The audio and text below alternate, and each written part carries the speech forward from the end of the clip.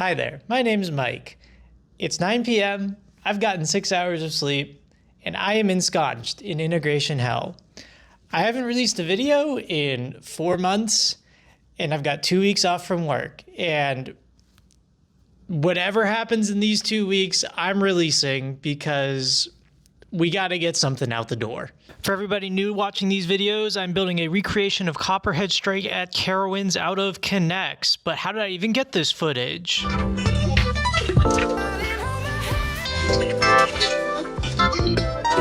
Jake. Yeah? Jake, I left my ID at the hotel. That's okay. Jake, that means you're my dad now. That's how I went to the park again. I've been to the park like 3 times this year, and I live in Cleveland, Ohio. Which can only mean that I enjoy spending money and time not on this project and doing other things. So all of you need to subscribe so I'll feel more motivated in the future. So here's where we're at with the project. I took the first launch apart to make the second launch. There's a video for that. You should watch it. And so now we have to actually make the first launch work again so we can have 2 whole launches. Here's what a launcher control box looks like. So to start making one of those, I have to cut up a bunch of these multicolor wires because I like to label my signals. I crimp them with these tiny connectors that I freaking hate. They suck. I got small hands, and even my small hands struggle to crimp these things. I like screw it up all the time. Anyways, it's a bunch of wires, and it kind of hurts my hands a little bit to do. So this is definitely a top 5 least favorite thing about making launch modules. Step the next is to put the wire into the connector. I cut a little bit of extra wire off, don't look at that. And then we're left with this rat's nest of cables attached to my Raspberry Pi Pico daughter board. I have not fried any of these daughter boards before, so we're just not gonna worry about that. The next thing I have to do is prep all of these bus bars. I use these things to keep my plus voltage and ground all separated and organized and nice. And so we do that, and then we put them in these control boxes, and we're going to go through the construction of all of that. But first, I've leveled up my game. I can cut 5 shrink tubes now. So I'm basically unstoppable. Here's a completed control box with all the rat nests of wires put together. If you zoom in and look at everything really close, you should be able to reverse engineer it, and that's all the tutorial I'm ever going to give you. Okay, goodbye. So now that I have the new launch module complete, it's time for me to install it in the launch. And yes, I'm going to make you watch the entire time lapse of that, but don't worry, here's a meme for you to keep you engaged. I know what you guys want. I know what you want all the time. Never unclick my YouTube videos ever. So here's the test with 2 launches. I'm going to shut up now and just let you listen to roller coaster ASMR.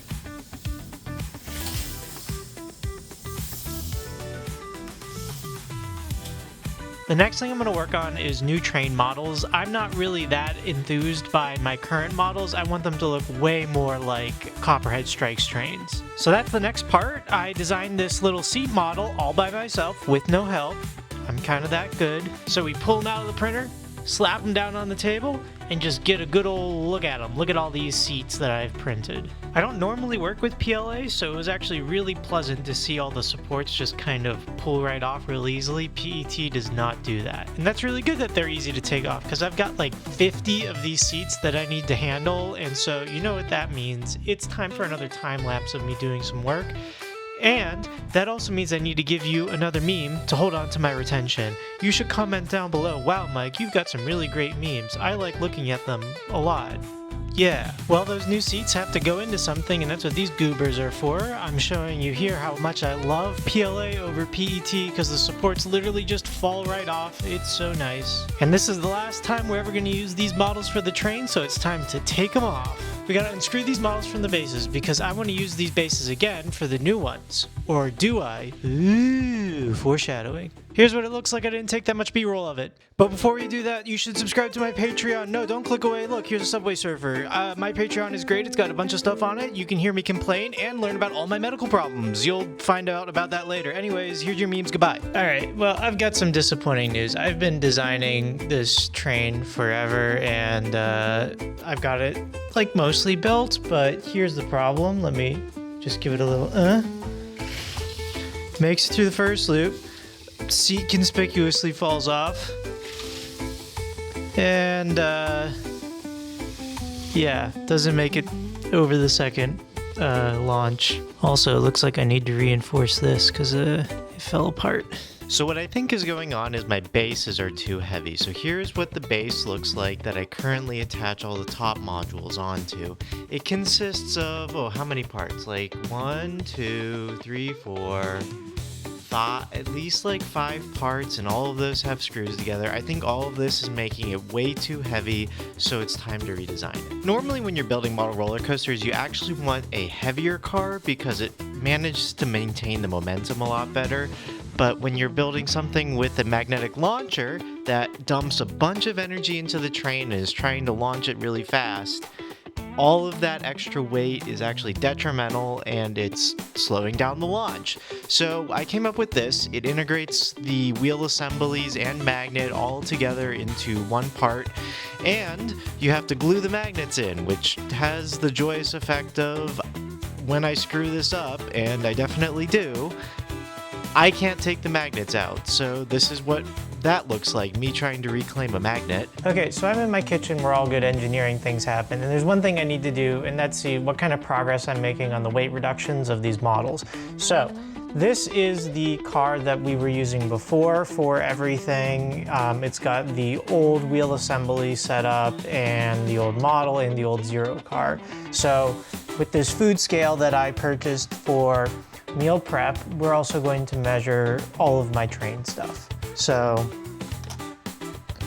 the original is 98 grams and this model is 93. So we are pretty close to spot on weight maintenance, or whatever you want to say. We're close. Just kidding, when you let this sit for a while, it goes down to 102 grams, so I'm only 4 grams off, not 5. And now that I have trains that weigh almost exactly the same, it's time to try them out on the layout, and they don't really work. So at my wit's end here, not even sure if I'm gonna get these new models working, I decided to do 2 magnets on top of each other. And I don't know, I think it's a good idea. 2 magnets, double the force, that's like double the launch, right? That's gotta account for something.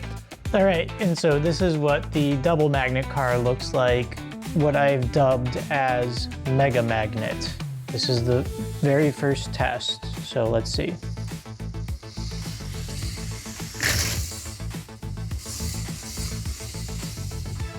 That's better. It made it through the loop. That's actually a big improvement. Now I just need to make 3 more, so that way each one of these cars can have Mega Magnet. So that's what we're going to do. This first test is with 2 cars with the Mega Magnet, and it makes through the first loop very quickly and makes it through the inverted top hat, which is something I hadn't done before. 3 cars are also working very well, equally makes it through that first loop really quickly and makes it over that inverted top hat well, but we're still unable to clear the second loop, and I don't know why, but that's not as big of a problem. Not that much more work. It does the same thing as the other 2 tests. It makes it through everything fine except for that loop, which is not a problem because we can just make it shorter. A little bit. Maybe a little bit. Okay. Oh, that's relief. So now that we have a working model that actually clears the layout, I can spend a bunch of time 3D printing in multicolor, which is something I should have done from the get-go. Always print in one color before you print in a bunch of colors. Anyways, here's some interesting details you might not have noticed. I individually modeled all the different spokes on the front of that grill, and it'll look really good when it's done in multicolor, but you can sort of see it in the all-black print here. So without any further ado, let's montage building that multicolor train.